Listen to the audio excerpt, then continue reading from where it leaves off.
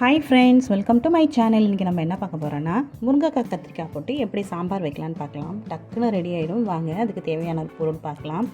நான் குக்கரில் ஒரு கப் பருப்பு எடுத்திருக்கேன். கொஞ்சம் லைட்டாக ஊற வச்சுருக்கேன் சீக்கிரம் வேகிறதுக்காக. ஒரு தக்காளி, ஒரு பல் பூண்டு, கொஞ்சமாக சீரகம், 2-3 வெந்தயம் இதை எடுத்து வச்சுக்கலாம். அடுத்து கத்திரிக்காவை கட் பண்ணி தண்ணியில் ஊற போட்டு வச்சுருக்கேன். முருங்கைக்காய் கட் பண்ணி வச்சுருக்கேன். மஞ்சத்தூள், மிளகாத்தூள், சாம்பார் பொடி எடுத்திருக்கேன் 1 டீஸ்பூன், கொஞ்சமாக உப்பு.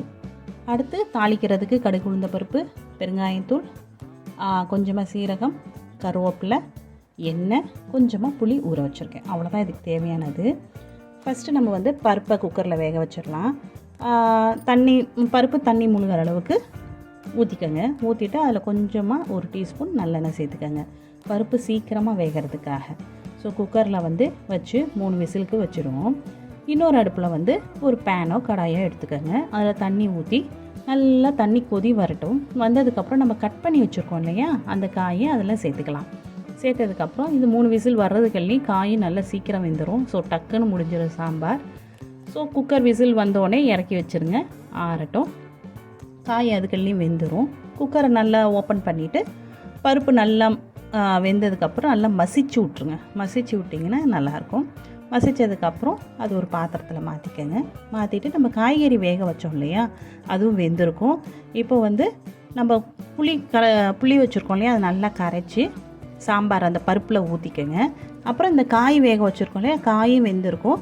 ஸோ காய் வேக வச்சதையும் இந்த பருப்பில் ஆட் பண்ணிக்கோங்க. இப்போ நம்ம தாளிக்கிறதுக்கு ஒரு கடாயை எடுத்துக்கோங்க.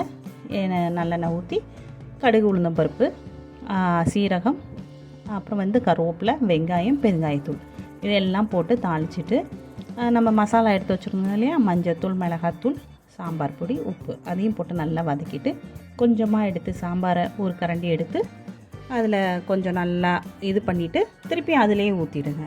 ஸோ ஊற்றுனதுக்கப்புறம் சாம்பார் ரெடி ஆகிடும். சூப்பராக இருக்கும். டேஸ்ட் பண்ணுங்கள். நல்லா முருங்கைக்காய் ஸ்மெல் நல்லாயிருக்கும். கத்திரிக்காய் நல்லா வெந்திருக்கும். ட்ரை பண்ணி பாருங்கள். உங்களுக்கு வேணும்னா கடைசியில் ஒரு 1/2 டீஸ்பூன் நெய் விட்டுக்கலாம். நல்லாயிருக்கும், டேஸ்ட்டாக இருக்கும். ட்ரை பண்ணி பாருங்கள். மறக்காமல் நம்ம சேனல் பிடிச்சிருந்தால் லைக் பண்ணுங்கள், ஷேர் பண்ணுங்கள், சப்ஸ்கிரைப் பண்ணுங்கள். ஸோ முருங்கைக்காய் கத்திரிக்காய் சாம்பார் ரெடி ஆகிடுச்சு. தேங்க்யூ ஃபார் வாட்சிங்.